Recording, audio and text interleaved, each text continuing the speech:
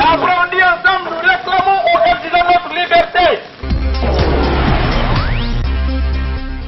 Lundi 26 août 2019, merci de votre fidélité au programme de la télévision Ganga. Un plaisir pour moi de vous recevoir dans cet autre numéro de Café Débat. Un numéro très spécial, comme vous le constatez, avec beaucoup de bruit en fond sonore et en arrière-plan des journalistes en mode sitting. Donc l'heure est grave. L'un des piliers de la démocratie, notamment la liberté de la presse, semble de plus en plus menacé dans notre pays. Des journalistes de jour en jour interpellés, incarcérés et bien entendu en violation de la loi qui régit la liberté de la presse dans notre pays, notamment la L002. Et donc les magistrats qui, pour interpeller les journalistes ou pour les juger ou même pour les condamner, invoquent une autre loi qui est tout autre que celle qui régit la liberté de la presse. Il s'agit de la loi sur la cybersécurité. Et ainsi, ce sitting qui se passe derrière nous en arrière-plan symbolise donc ce ras-le-bol des professionnels des médias qui veulent exprimer leur désolation face à cette violation des lois venant des magistrats. Et donc aujourd'hui, nous sommes devant la haute autorité de la communication pour donc cette émission spéciale Café Débat. Premier invité de ce numéro qui va recevoir successivement plusieurs invités. Azo Kaba, qui est rédacteur en chef du groupe Lynx La Lance, donc de la radio Lynx FM, qui se trouve justement dans le collimateur des juges, qui va répondre à nos questions. Azoka, bonjour. Bonjour, chers confrères. Bien, bienvenue sur ce plateau Café Débat spécial. Alors oui, le dernier exemple en cas, je disais tout à l'heure en termes de violation de la L002, d'interpellation des journalistes, c'est le cas à Lynx FM. Quelle est d'abord votre réaction à ce qui s'est passé par rapport à votre confrère Aboubak, mais aussi au doyen Souleymane Diallo? Je tiens d'abord à remercier tous les journalistes qui se sont mobilisés depuis, rappelons le vendredi dernier, une semaine que nous avons reçu cette plainte de la direction centrale de la police judiciaire convoquant Aboubak à la DPJ. Depuis ce vendredi, nous sommes arrivés le lundi 19 août devant à la DPJ. De la DPJ, nous nous sommes transportés au tribunal de première instance de Kaloum où on a mis M. Diallo Souleymane sous contrôle judiciaire. Après M. Diallo Souleymane, le lendemain, c'est Aboubak qui est mis sous contrôle judiciaire. Ils sont interdits de quitter Conakry. Aboubak doit se présenter 3 fois devant le tribunal. Il y a aussi qu'il lui est interdit d'animer l'émission Hey de Lynx. Aujourd'hui, nous sommes fiers, nous sommes contents que les journalistes se mobilisent pour dire non au bâillonnement de la liberté de la presse, pour dire non à tous ces magistrats qui sont en train d'utiliser la L037 portant cybersécurité et protection des données à caractère personnel contre les journalistes. Nous voulons être devant le tribunal, nous sommes des justifiables, mais nous souhaiterions à ce que les juges utilisent la loi L002 portant sur la liberté de la presse. Et c'est ce qui fait que nous nous sommes mobilisés aujourd'hui, ce matin, devant la haute autorité de la communication pour dire à ces commissaires de la HAC qu'il leur revient d'être la croix entre les journalistes et les magistrats et les officiers de police judiciaire pour que tout commence d'abord par la HAC avant qu'on aille devant les tribunaux. Alors que les magistrats se plaisent aujourd'hui à invoquer une autre loi ou une loi autre que celle qui régit la liberté de la presse pour interpeller des journalistes qui sont accusés de délit de presse, est-ce que ça ne sonne pas un élan de bâillonnement, mais aussi de, comme certains le disent déjà, de dictature? C'est clair que c'est la dictature qui s'annonce. C'est un subterfuge qui est utilisé par ces magistrats aujourd'hui pour conduire les journalistes en prison.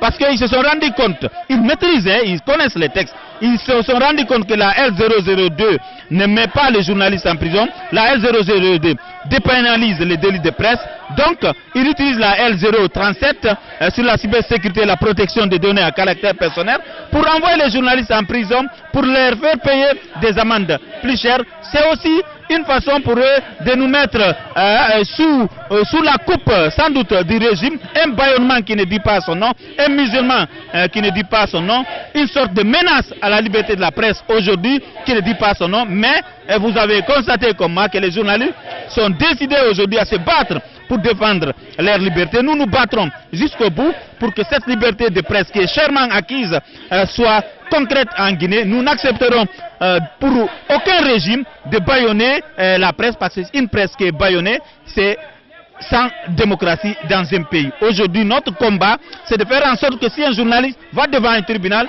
qu'il soit jugé sur la base de la loi L002, portant sur la liberté de la presse, et non sur cette loi qui concerne la cybercriminalité, qui concerne la protection des données à caractère personnel, qui est totalement différente de la loi sur la liberté de la presse, même si on a vu quelque part un ministre qui est celui de la communication, qui défend cette loi sur la cybersécurité, qui dit qu'elle doit être utilisée pour tous les citoyens, y compris les journalistes. Le cas du doyen Souleymane Diallo, qui est un des grands combattants de la liberté de la presse depuis plus de 2 décennies maintenant, qui est le fondateur même de la radio Lynx FM, qui est mis sous contrôle judiciaire, qui a participé à l'époque au combat pour la libération de l'opposant Alpha Condé, qui est aujourd'hui président de la République.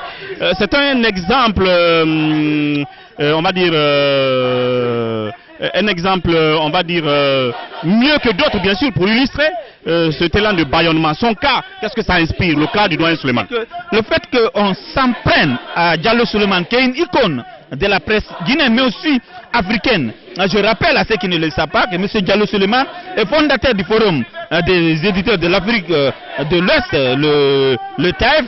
Il est fondateur du Forum des patrons de presse en Afrique, justement pour lui apporter son soutien. Le Forum déjà en fait un communiqué. Le secrétaire général de ce Forum sera à Conakry les jours-ci.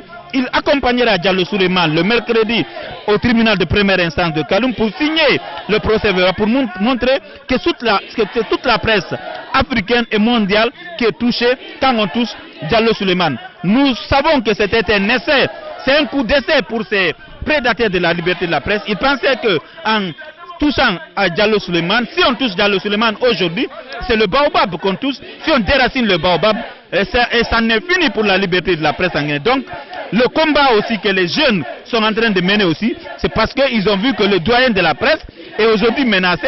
Si on prend à ce doyen, s'il va en prison, s'il est jugé, il est condamné, eh bien, ça n'est fini pour les autres jeunes qui viennent d'embrasser cette carrière de journaliste. Ça, on pourrait même dire, même nous qui avons plus de 20 ans de métier de journaliste dans ce pays, ça va être très inquiétant, ça va inquiéter les jeunes journalistes. Voilà pourquoi ils se sont levés aujourd'hui pour défendre Diallo Souleymane et pour défendre un symbole de la liberté de la presse en Guinée. Voilà, merci Azoka, merci beaucoup. Chers confrères. Le combat continue. Voilà, comme vous le constatez, après donc Azoka, je reçois un autre confrère, patron de médias, et dans ce spécial café débat, en mode sitting et en arrière-plan, comme vous le voyez, des journalistes massés devant la haute autorité de la communication pour exprimer ce ras-le-bol des médias quant à la violation de la loi qui régit la liberté de la presse dans notre pays. Lamine Guirassy est PDG du groupe Adafo Média. Il exerce aussi le métier. Et bien, il est là pour aussi apporter son soutien à tous ceux qui sont déjà sous le coup de cette violation de la loi. Bonjour Guirassy. Bonjour. Merci de la disponibilité. Dites-nous, vous êtes là aux côtés des confrères pour ce sitting. Qu'est-ce que ça vous inspire, cette série de violations de la liberté de la presse, de la loi notamment qui régit le travail des journalistes dans ce pays et qui craint? Ouais. On a vu venir ça de loin, Ouri. Rappelez-vous déjà l'année dernière, où il y a 2 ans, quand nous, on a été attaqué non seulement par les militants, après il y a eu cette fermeture de la radio espace tout entière, une semaine, c'est inédit en fait. Je me disais, si on ne s'unissait pas depuis le départ, c'était juste gravissime. Maintenant, ce qui se passe aujourd'hui, moi, je suis en train de rêver en fait, à se dire que non, c'est pas possible, ça ne peut pas se passer comme ça. On a vu venir, et en même temps, on a vu des moments difficiles ici quand même, avec le temps des militaires, à se dire, oui, Dadis passé, Konaté entre autres, et c'est dire qu'on arrive à ce point aujourd'hui parce qu'on veut quelque chose, tout le monde sait ce qui se passe. Et maintenant, s'en prendre à la presse, je pense que c'est peine perdue. Maintenant, qu'est-ce qu'il faut? C'est l'unité, évidemment, comme je le disais il y a une semaine. C'est l'unité, mettre nos égos de côté, à se dire qu'on est tous ensemble. Parce que si jamais ils essayent de créer cette division dans la presse elle-même, je pense que c'est l'hémorragie, quoi. Et personne ne souhaite ça. La Guinée vient de loin. Ces acquis-là, on doit les conserver. Évidemment, la liberté de la presse quoi qu'il arrive. C'est-à-dire, c'est de s'unir à se dire, non, ça ne peut pas se passer comme ça. Maintenant, je sais aujourd'hui qu'il y a des manœuvres, évidemment, pour diviser cette presse, à se dire que peut-être... Parce qu'il n'y a plus d'opposition en face, si je peux me dire comme ça. Donc, si la presse elle a divisé, évidemment, tout est possible, on peut faire passer tout ce qu'on veut. Donc, c'est un peu ça. Alors, ce qui semble plus grave, hein, c'est que la presse, on ne dit pas que les journalistes sont des super hommes et qui sont au-dessus de la loi, mais la loi dont on doit se servir pour les juger, les interpeller, semble être mise de côté. Et là, est-ce que vous pensez qu'on est en train d'atteindre le summum de la violation de la loi et qu'il faut faire des actions concrètes pour arrêter cette machine-là? Justement, les actions concrètes, c'est ce qu'on est en train de faire aujourd'hui à travers ce sitting. Après, évidemment, il y a d'autres actions qu'on peut mener, je l'ai toujours dit, c'est-à-dire, mais les actions plus fortes, à se dire, ok, qu'est-ce sera la Guinée une semaine sans la presse? Qu'est-ce que ça va donner? Maintenant, si tout le monde est ok là-dessus, pourquoi pas? Plus il y a d'actions fortes, plus peut-être ils peuvent reculer, c'est comme ça de dire. Si en face, ben il n'y a rien, bonjour les dégâts, on est en train de creuser notre propre tombe là. Voilà, Lamine Guirassy, PDG du groupe Adafo Média, qui est là sur ce lieu du sitting. Malgré cette pluie battante, comme je l'ai dit, ils se sont tous mobilisés pour crier ce ras-de-bol des hommes de médias. Merci beaucoup, PDG. Merci beaucoup, Uri. Merci beaucoup. Merci.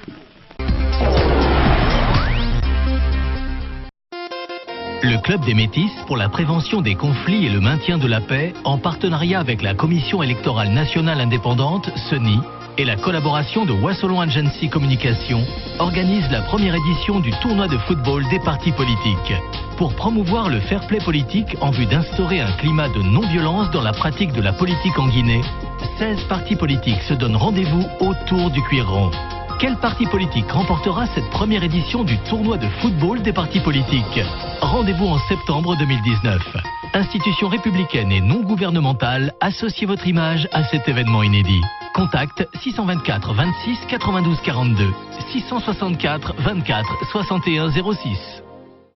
Merci une fois encore de nous retrouver dans cette deuxième partie de Café Débat, spécial sitting des hommes de médias, ici devant la haute autorité de la communication, pour interpeller l'État, interpeller le gouvernement en ce qui concerne cette série d'interpellations des journalistes sur la base d'une loi qui est autre que celle qui régit la liberté de la presse dans notre pays.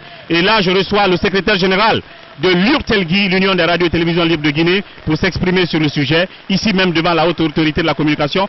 Aboubakar Kamara, secrétaire général de l'URTELGUI et coordinateur général de Gangan RTV, bonjour. Bonjour, monsieur le journaliste. Alors, votre réaction, d'abord face à l'initiative qui est là, malgré la pluie battante qui n'a pas empêché ces journalistes qui sont là derrière nous à se mobiliser et venir crier leur ras-le-bol. Bon, déjà, c'est un sentiment de satisfaction parce que, comme vous l'avez dit, nous sommes sous une pluie battante.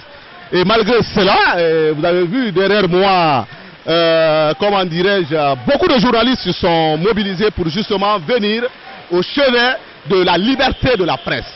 Au chevet de la liberté de la presse parce que cette liberté de la presse est menacée aujourd'hui. Est menacée dans notre pays. Vous l'avez dit, il y a quelques mois, nous assistons à une série d'interpellations, à une série de mises sous contrôle judiciaire des hommes de médias, des journalistes dans l'exercice de leur métier. C'est tout simplement aberrant, c'est révoltant, mais aussi c'est choquant. C'est choquant parce que nous ne pouvons pas comprendre que dans un pays comme la Guinée, qui a une loi 002 concernant portant liberté de presse dans notre pays, que des magistrats qui sont quand même en quelque sorte les dépositaires de nos lois, les magistrats qui, il faut le dire, connaissent la loi et son interprétation, se permettent tout simplement de substituer cette loi 002 sur la liberté de la presse à une autre qu'on appelle la loi portant cybersécurité et protection des données personnelles. C'est très grave dans notre pays. Il n'appartient pas aujourd'hui, avec l'existence de cette loi L002, à un magistrat d'interdire un journaliste de micro. Il n'appartient pas à un magistrat. C'est tout simplement très révoltant dans notre pays, il faut le souligner. Bien. Nous sommes là, malgré la pluie, nous sommes sortis, les associations de presse, les journalistes, pour venir dire à la haute autorité de la communication, qui est régie par la loi 003, qui la constitue, qui la donne en même temps l'autorisation mais aussi le pouvoir d'interpeller toute entité qui s'hasarderait à violer la liberté de la presse. C'est très important que nous rappelions cette partie l'amnistie de la loi sur la RAC devant le palais du 25 août qui est la haute autorité de la communication, le siège général. Donc aujourd'hui, nous sommes très remontés, nous sommes remontés et vous avez vu, on n'a trouvé aucun représentant, alors qu'il y a eu des communications préalables. Aucun représentant de la RAC? Aucun représentant de la RAC. On n'a eu aucun représentant de la RAC ici, donc c'est tout simplement révoltant, c'est tout simplement un manque de respect criard à l'endroit de nous, journalistes, à l'endroit des hommes, et les professionnels de la communication, les professionnels de l'information. Après ce sitting, donc, quelle est l'action forte qui va suivre? L'action forte qui va suivre, comme nous l'avions annoncé l'autre jour dans le communiqué conjoint qu'on a publié. Donc après donc, ce mémorandum que nous sommes en train de rendre maintenant là, il y a une première synergie qu'on va organiser justement pour essayer, si vous voulez, interpeller les pouvoirs publics, interpeller la haute autorité de la communication, interpeller toutes les sensibilités de notre pays pour leur dire attention, il y a un pan dangereux de notre pays qui est en train d'être franchi par des hommes qui sont tout simplement des ennemis de la République, des ennemis de la démocratie. Merci donc à M. Abakar Kamara, comme je l'ai dit tout à l'heure, secrétaire général de l'URSELGI et coordinateur général du groupe Gangan RTV. Merci. Merci beaucoup, le plaisir était pour moi. Voilà donc, mes téléspectateurs, comme vous l'avez compris, c'était tout pour ce numéro spécial Café Débat dédié, consacré à ce sitting ici devant la haute autorité de la communication.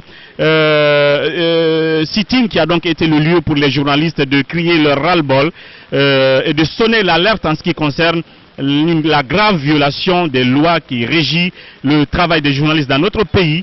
Et évidemment, l'autre aspect négatif qu'il faut signaler de ce sitting, c'est que malgré qu'il s'est tenu devant la RAC, aucun commissaire de la RAC n'a daigné justement venir aux côtés des journalistes, recevoir officiellement leur message afin de le remonter auprès des hautes autorités ciblées par ce message. C'est le regret ensemble que les journalistes ont donc exprimé à la suite de la lecture donc du mémo du groupe qui s'est réuni donc ici devant la haute autorité de la communication.